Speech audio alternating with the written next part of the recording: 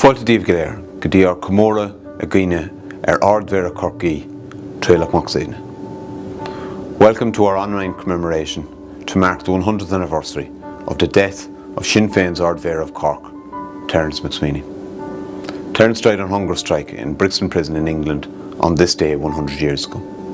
Today also marks the 100th anniversary of Joe Murphy from Polduff Road, near where I grew up in Toker, who also died on hunger strike in Cork Jail.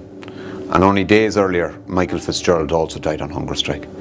We remember them today with great pride. They joined the list of 22 Irish Republicans who sacrificed their lives on hunger strike throughout the course of Irish history.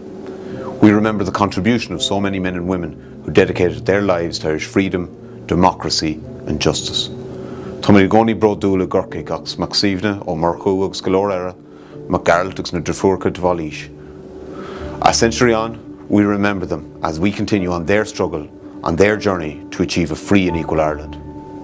Today's Republicans are still inspired by the vision of Terence MacSwiney. He was a writer, a poet, a teacher and an Irish language activist. In August 1920, MacSwiney was arrested by Crown forces at Cork City Hall and sentenced to 2 years in Brixton Prison in England, where he began a hunger strike demanding his release. His plight drew attention from across the world as thousands protested at Brixton Prison, leading to clashes with police. His death sent shockwaves around the world. He died after 74 days on hunger strike, and his last words to a visiting priest were, "I want you to bear witness that I die as a soldier of the Irish Republic." In a dreary Brixton prison, where an Irish rebel lay, by his side a priest was standing, ere his soul should pass away.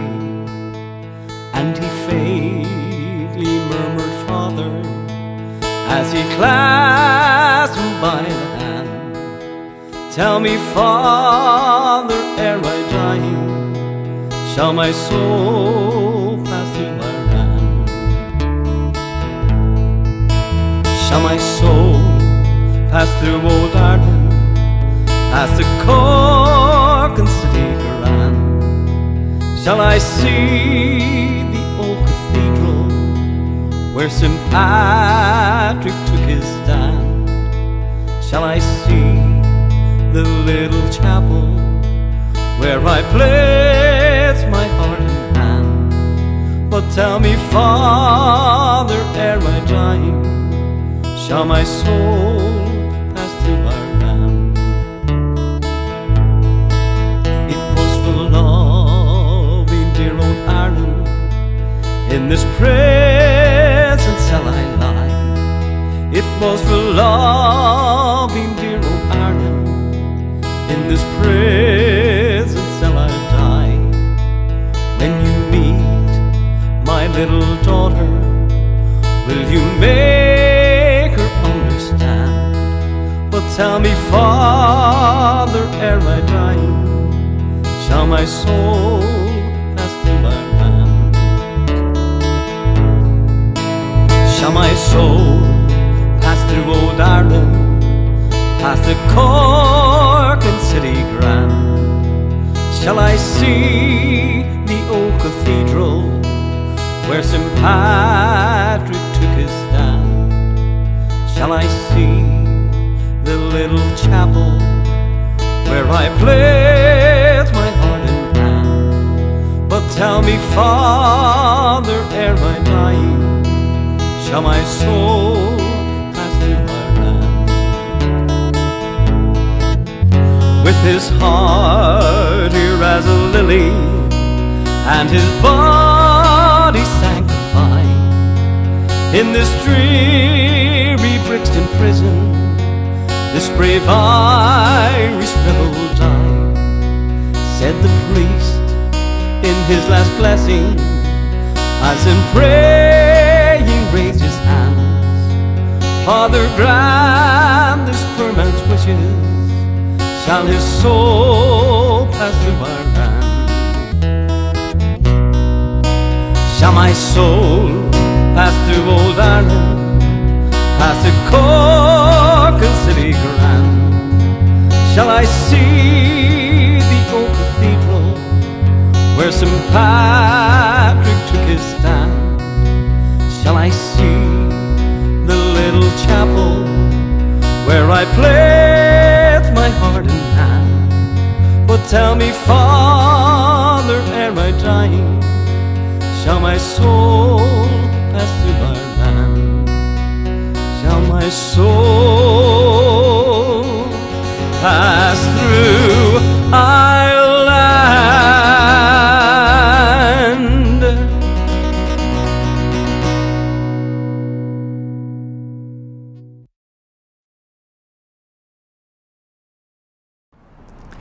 I have poems on my mind, mediocre no doubt, poems of hunger strike in MacSwiney, and everything that is hunger strike has stirred up in my heart and in my mind.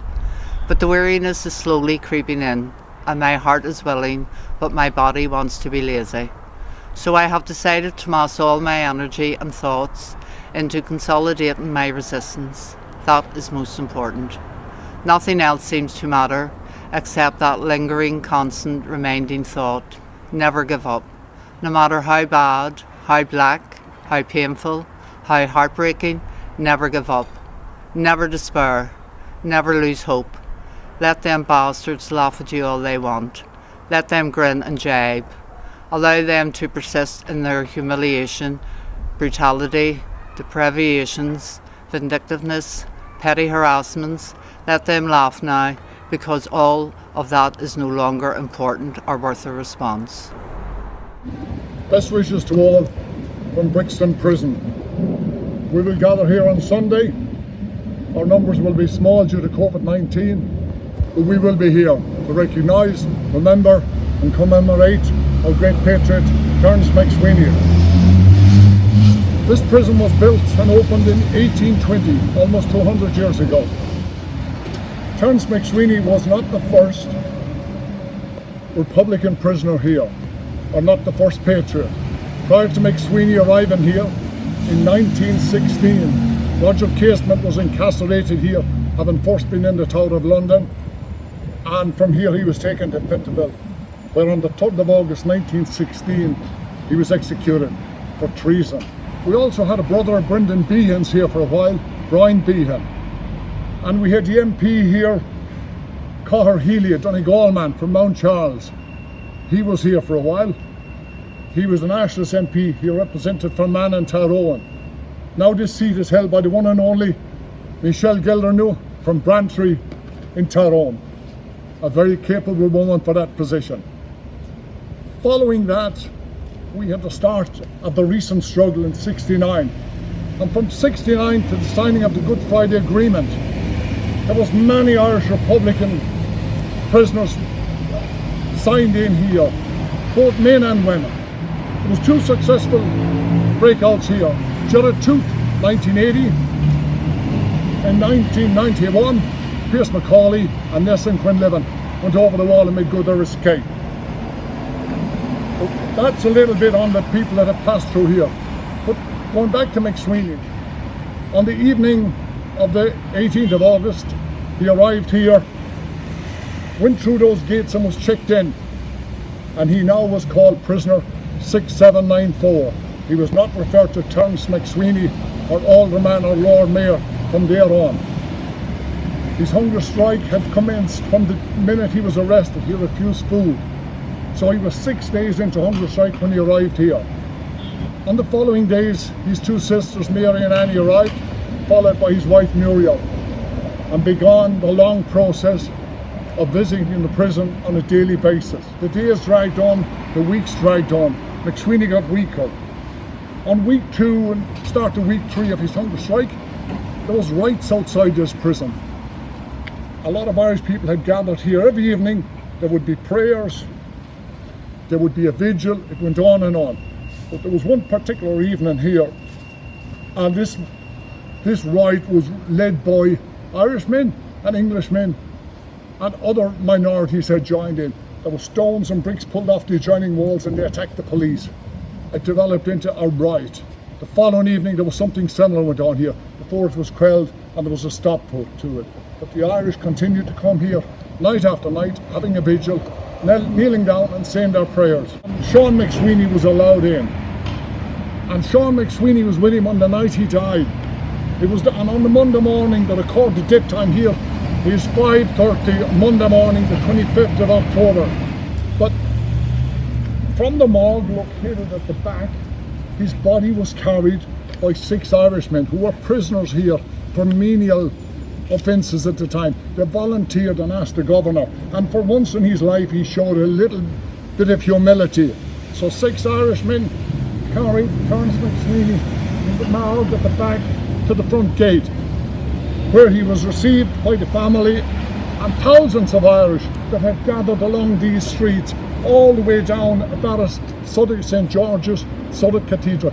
His body was taken to St. George's in Suddock Cathedral. There was an open casket, and at 12 o'clock that night they were still trying to get in to view the body in Suddock Cathedral. Eventually they had to close the doors at midnight. The next day was the Requiem Mass before his body was taken to Euston. And at the Requiem Mass the next day it was ticket only because of the crowds that had shown up. Just before the Mass was about to commence, a car pulled up. 6 well-dressed men with long coats got out. They had tickets to get in. As soon as they were inside, they removed the coats and they were wearing the Irish Volunteers uniforms. They walked up and they stood on either side of the coffin to recognise MacSwiney, recognise what he had achieved. After the Mass, the body was then taken to Euston. Even the police were so respectful on the day. They wore black gloves and most police saluted the coffin as it passed by. It went along up by the Strand, eventually getting to Euston Station. Throughout the world there was revulsion, there was total anger, there was total, people were really angry with what had happened to MacSwiney. Places like Buenos Aires in Argentina, throughout Europe, Catalonia for instance, our good friends in Catalonia, the Catalan people. In Italy, terrible outpouring of grief. Same in France. Even in France, during the time of his hunger strike here, the theatres during the intervals used to give an update on MacSwiney's state and how he was doing at that time. There was so much interest in MacSwiney. And we go as far away as India.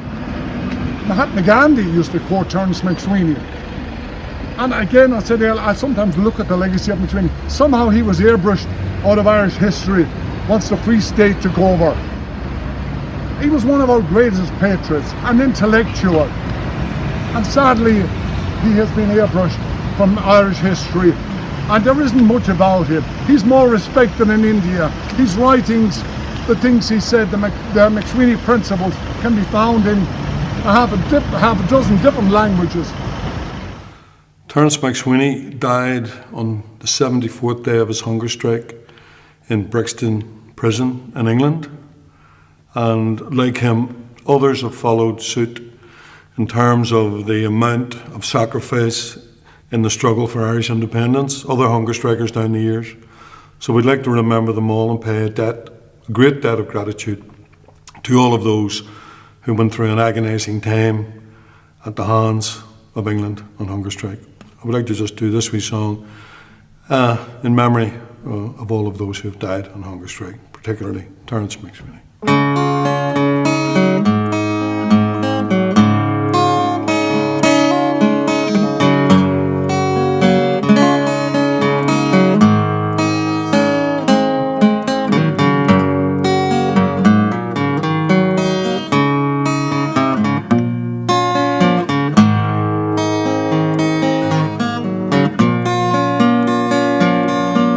When apples still grow in November,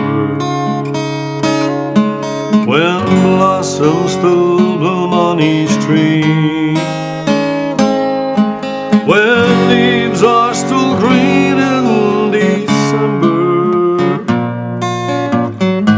Slenderland will be free. I wander her hills and her valleys, and still from my sorrow I see the land that has never known freedom,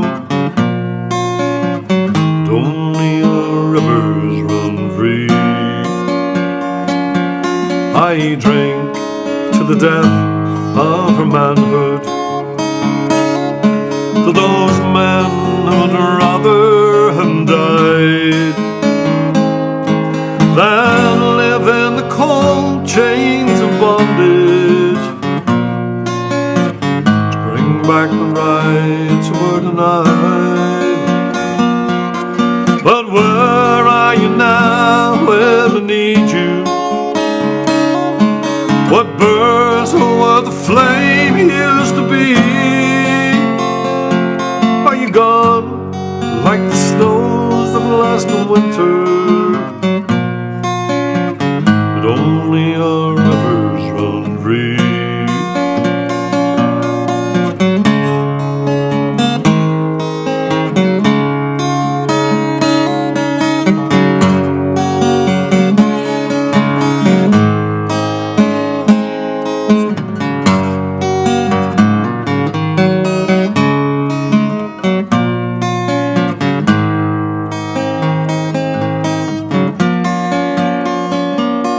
How sweet is life but crying,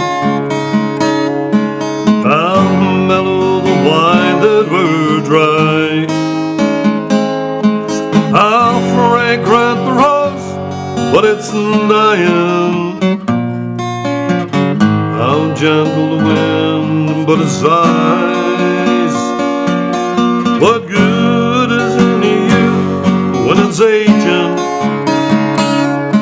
What joy is in eyes that can't see, when there's sorrow and sunshine and flowers, but only our rivers run free. Only our rivers run free, and only our rivers run free.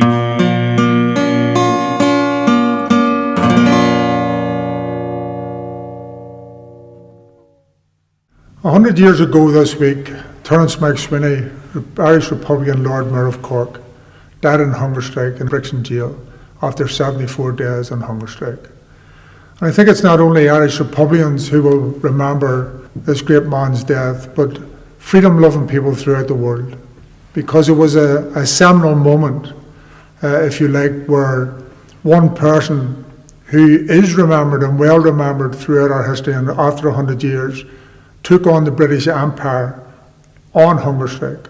He had become the Lord Mayor of Cork after the previous Lord Mayor, the first Irish Republican Lord Mayor, Thomas McCartan, had been assassinated by British troops.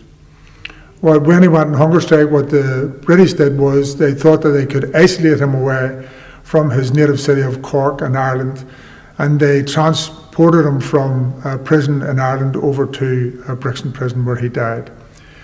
Their mistake was thinking that isolation would make it easier for them to allow him to die on hunger strike. And in fact, quite the opposite happened. And it is well known from what people have said themselves that Ho Chi Minh, who was actually working in Brixton at the time, or certainly in London, was cried at the death of Terence MacSwiney and went back to his native country and led a revolution there. Gandhi also took great pride in the fact that this man could show such bravery in losing his life, and one person against the British Empire, and he was also inspired. And it was the beginning of the end of the British Empire. Of course, they'd gone through 1916. Thomas Ashe had died actually after being force-fed in an Irish jail, well, British jail as it was then, in 1917. And that was one of the reasons that force feeding was never used again there. Of course, 60 years later, we had the huge hunger strike of 1981, where 10 of our comrades died. And it should also be remembered, even going back to Terence MacSwiney's death, that two other people, there's actually 12 in hunger strike then, and two others also died on hunger strike. Joe Murphy and Michael Fitzgerald, and they should be remembered as well. But it's that the essence of being able to stand a single person, and we've seen this in the hunger strikes in 1981 as well, being able to one person to stand against the whole might of not just a prison regime, but a British government trying to crush the struggle, I think, which resonates throughout all of those years.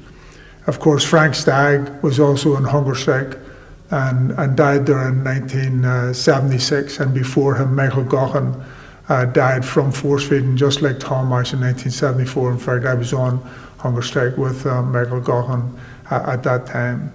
So I think when people look at this, when they think back on it, and of course we have other examples, but this is the 100th anniversary of the Lord Mayor of Cork dying, it is that idea, I think that Bobby Sands talked about, that the idea that you're right, that you know you're right, and yet you're there suffering for your community and for your country, is a very powerful thing. And of course, the numbers, and again, when Frank Stagg's, another thing, when Frank Stagg's body was hijacked by the British and then the Irish government, when they were trying to bury him in 1976, of course, that happened to Terence MacSwiney as well. The British tried to hijack his body and bring it across by sea, but the people were able to bury him and bring him through the streets of Cork, and there were tens of thousands who came out, not only in Cork, but in Britain and in America and throughout Ireland.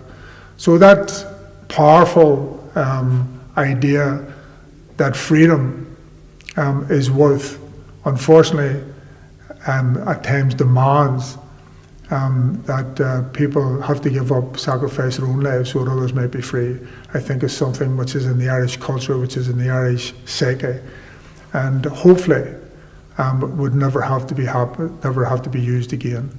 But from them came the inspiration that drove people throughout a series of rebellions almost every decade, right up into the late 60s and 70s and until that phase of our struggle where we lost many, many comrades. But in Terence MacSwiney, who said, and I hope I quote him right, it's not those who inflict the most, but those who can suffer the most who will prevail, has a resonance right till now. And even today, in other areas of the world where there is still, if it is not British colonialism, there are still countries and states fighting for their freedom. I think you'll find that Terence MacSwiney and Bobby Sands and other hunger strikers still give that idea, that nub of power from a single person, and what a single person can do, and then what a community and what a nation can do when they're fighting against oppression.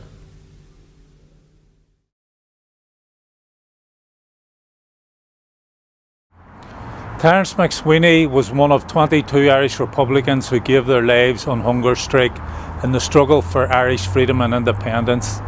This Tuesday, the 27th of October, will see the 40th anniversary of the start of the 1980 hunger strike, when 7 men in the H blocks of Long Kesh and later 3 women in Armagh jail went on hunger strike in the fight against criminalisation and for political status.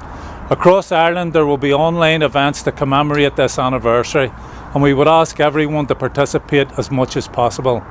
Next year will mark the 40th anniversary of the 1981 hunger strike, when 10 young men, Bobby Sands, Francis Hughes, Patsy O'Hara, Raymond McCreesh, Joe McDonald, Martin Herson, Kevin Lynch, Kieran Doherty, Tom McElwee and Mickey Devine also gave their lives for their and their imprisoned comrades' right to be recognised as political prisoners. 2021 will see a year-long series of commemorative events to remember the sacrifice of the hunger strikers. At this moment in time, due to the coronavirus, we do not yet know whether these events will be online or on the streets, but they will take place. I would appeal to people across Ireland and friends across the world to support and take part in these events. As hunger striker Bobby Sands said, no part is too small or too big, and everyone, young or old, have their particular part to play. Gurmila Mayogov.